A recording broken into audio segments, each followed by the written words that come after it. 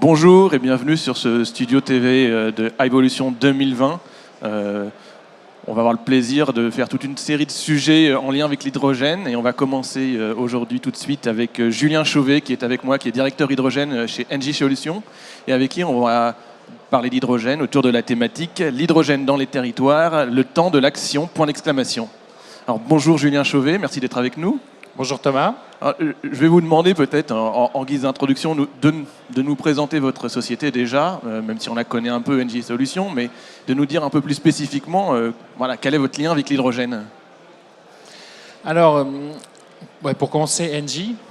Donc Engie, entreprise énergétique, a fait le choix motivé, délibéré de la transition zéro carbone. Donc comment on va vers un système énergétique neutre en carbone et dans différents métiers, dans les métiers des infrastructures, donc des réseaux, des stockages, dans les métiers des énergies et tout particulièrement des énergies renouvelables, avec comment demain on intègre plus d'électricité renouvelable en l'utilisant pour produire de l'hydrogène par électrolyse, comment on verdit les réseaux de gaz par l'hydrogène, et puis enfin dans les solutions clients, qui est le métier d'Engie Solutions, comment on assure la transition énergétique de nos clients, les villes, les collectivités, les industries et puis le tertiaire grâce aux vertus de l'hydrogène en améliorant la qualité de l'air, le confort et la performance économique.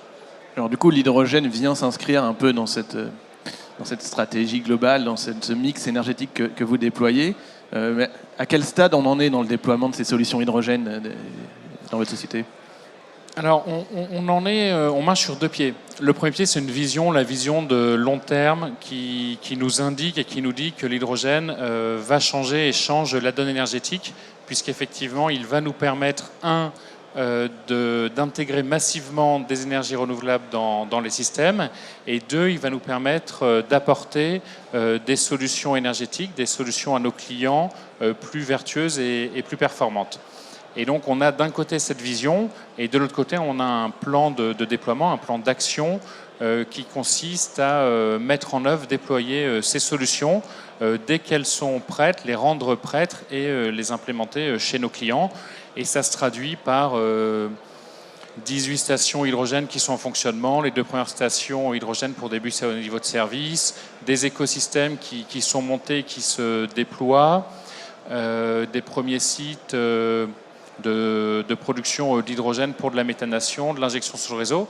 Donc tout un ensemble d'initiatives et de projets concrets qui permettent de déployer l'hydrogène dès maintenant. Donc des projets concrets, parce que l'hydrogène, ça en est à quel degré de maturité aujourd'hui par rapport à d'autres solutions énergétiques ?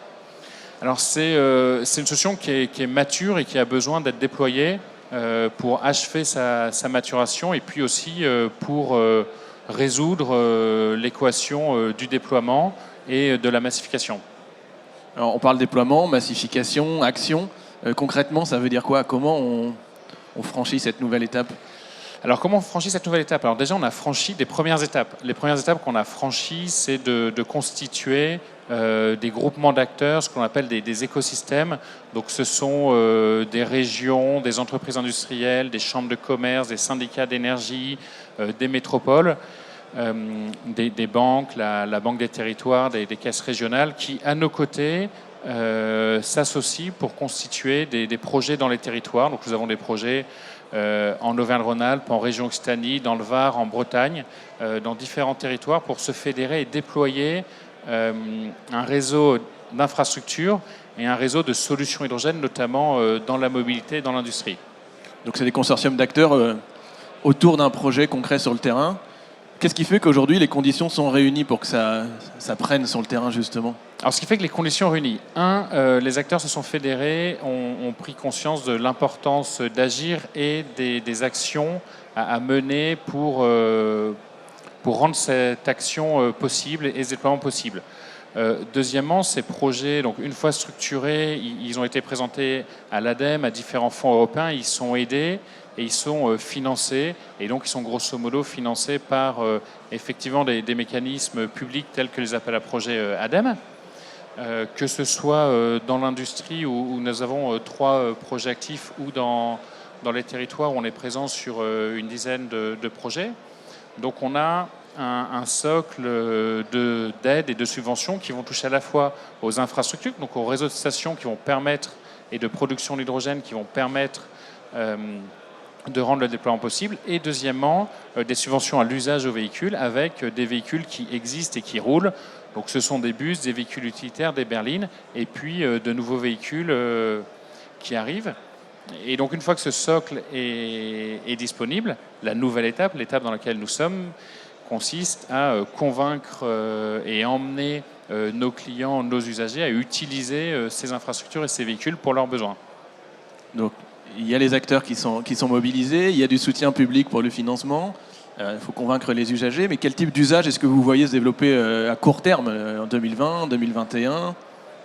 À court terme, on voit deux grandes familles d'usages qui sont toutes les deux dans le domaine du B2B. On va dire les usages publics, notamment avec le transport de personnes. Donc on a des villes, les bus à hydrogène. Les bus à hydrogène à Pau, en Artois, Goël, à l'aéroport de Toulouse.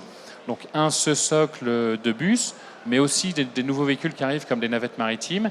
Et puis de l'autre côté, un enjeu fort qui est lié aux usages intensifs urbains des flottes privées. Donc là, on va voir arriver et le déploiement des véhicules utilitaires légers, tant pour la logistique du dernier kilomètre que pour des activités notamment de services, activités privées.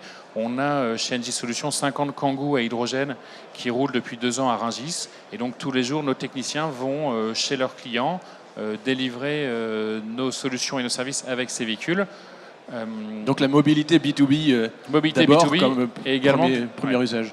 Tout à fait. Et puis également tout ce qui est transport de personnes type taxi, VTC. D'accord. Dans l'industrie, on parle aussi de l'industrie comme secteur d'application. Ça, c'est un peu moins mature. C'est dans un deuxième temps. Comment vous voyez les choses venir ? L'industrie est mature puisqu'elle utilise de l'hydrogène. Tout l'enjeu, c'est comme on a su verdir les process de nos clients industriels par des solutions vertueuses telles que la biomasse énergie, c'est comment on leur apporte de l'hydrogène renouvelable pour leurs procédés industriels.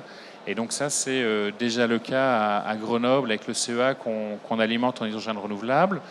C'est le cas aussi dans un projet en Bretagne autour de l'usine Michelin que l'on va alimenter en hydrogène renouvelable. Et puis on pousse différents projets, dont des projets lauréats à l'appel à projet industrie de l'ADEME, où les industriels ont envie et ont ce souhait de verdir leurs procédés en ayant recours à cet hydrogène renouvelable.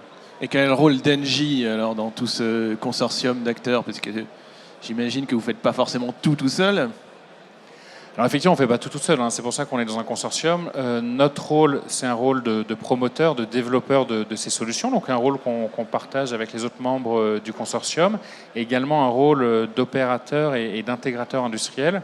On va apporter nos savoir-faire dans la construction, l'opération de ces infrastructures et typiquement dans le déploiement de stations hydrogène, dans la construction d'électrolyseurs industriels et puis dans leur opération. Bon, si on parle de massifier, ça veut dire que ça ne l'est pas encore, un peu par définition. Alors est-ce que ça veut dire qu'il y a des freins encore à surmonter ? Est-ce que c'est faire connaître l'hydrogène ? Est-ce que c'est une question de coût ? Est-ce que c'est une question de que les acteurs du terrain s'en emparent ? Effectivement, il y a deux freins qui en fait vont ensemble. Il y a le frein du coût et il y a le frein de la massification. Et en fait, par cette fédération d'acteurs, par cette fédération de projets, on arrive à regrouper des usages et des acteurs qui ont envie d'agir et qui, à plusieurs, peuvent plus facilement franchir le pas. Et les conditions étant réunies, c'est pour ça qu'il est important d'agir et de se dire... Maintenant qu'on a fait tout ce travail de recensement des usages, de recensement des acteurs, il faut passer à l'action. Et passer à l'action, ça veut dire tout simplement tenir ses engagements et ses promesses. C'est-à-dire oui, je roule à l'hydrogène et je vais prendre des bus, des voitures à hydrogène. Oui, je verdis mon procédé et donc je vais utiliser un hydrogène renouvelable pour alimenter mon procédé industriel. Mais ça veut dire qu'on est obligé de développer l'hydrogène autour un peu de hub qui réunissent plusieurs usages dans les territoires. Comment ça peut se mettre en œuvre après ? Alors on est obligé, c'est surtout une opportunité. Ça va aussi dans une grande mouvance qui consiste à ce que les territoires et les acteurs du territoire se réapproprient leurs problématiques énergétiques. Et finalement, le développement de ces boucles locales énergétiques comme l'hydrogène permet aux acteurs de se regrouper, de se fédérer et de mener ensemble un projet qui est cohérent pour le territoire, qui est cohérent pour les collectivités du territoire, pour les entreprises du territoire, qui va leur permettre ensemble de résoudre leurs problématiques, de satisfaire leurs usages et de s'engager dans un cercle vertueux. Il y a un grand sujet sur l'hydrogène qui revient souvent, c'est celui du mode de production de l'hydrogène. Est-ce que c'est un hydrogène vert, un hydrogène décarboné ou pas? Comment est-ce que vous adressez cette solution? Est-ce que c'est quelque chose qu'on vous demande sur le terrain, vos clients, et comment vous y répondez? Alors, il y a deux sujets. Il y a la demande des clients et notre réponse. Clairement, la demande des clients, l'appétence client, nous la sentons extrêmement liée à l'hydrogène renouvelable et à comment l'hydrogène est un vecteur qui permet de transporter, de décupler le potentiel des énergies renouvelables, notamment en résolvant les deux grandes questions que sont liées à l'intermittence, que sont le transport et le stockage. Donc on sent une très grande appétence de nos clients sur l'hydrogène renouvelable et notre parti pris est d'adosser nos projets à des énergies renouvelables. Et donc on n'a pas, par exemple, on a inauguré à Audun-le-Roman, donc dans le nord-est de la France, un projet qui s'appelle Mirabel, où on a adossé une station de production et de distribution d'hydrogène à un parc d'éolien, et où là on délivre vraiment localement toute la promesse de l'hydrogène renouvelable. Et à l'inverse, est-ce que vous, si vous vous tournez vers l'État ou vers d'autres acteurs, vous auriez-vous quelque chose à demander justement pour vous aider à déployer plus massivement l'hydrogène? Alors notre demande déjà, elle est de pérenniser et d'amplifier les mécanismes de soutien. Donc c'est-à-dire qu'il y a un socle qui existe, qui est bon, qui permet de développer ces projets, et il faut les amplifier et donner une perspective quant à leur pérennité.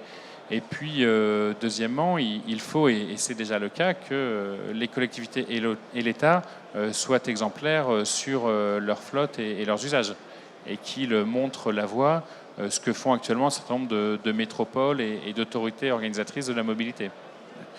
Pour l'instant, il y a des appels à projets, différents appels à projets sur l'hydrogène. On parle de la mise en place d'un mécanisme de soutien vraiment à la production d'hydrogène.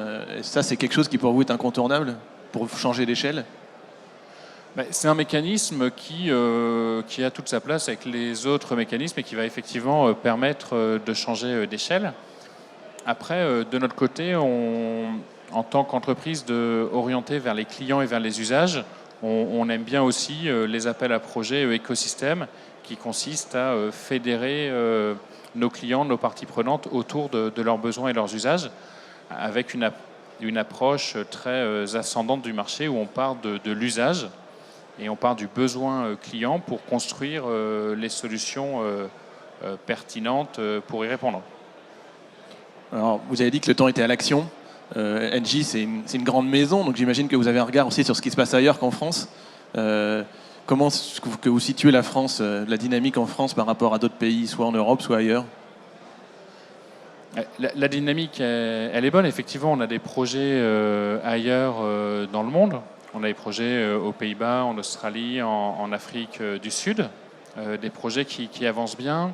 On voit vraiment un côté qui est très intéressant pour nous dans la dynamique française, c'est l'appropriation par les territoires, notamment par les régions. On voit qu'il y a une dizaine de régions françaises qui sont dans la plateforme S3, et donc il y a clairement une appropriation très forte en France des territoires qui permet de traduire l'ambition européenne et nationale dans des actions concrètes au plus près des usages, des besoins et des acteurs. Et donc pour nous, c'est ce qui fait la différence en France. Très bien, écoutez, je vais remercier. Vous parlez d'actions, donc on va suivre dans les mois et les années à venir du coup les actions d'Engie et des autres acteurs dans les territoires. En tout cas, je vous remercie d'être venu sur ce studio TV pour nous parler de l'action dans les territoires sur l'hydrogène. Julien Chauvet, merci beaucoup. Merci à vous, et je serai très heureux de revenir vous parler du résultat de ces actions.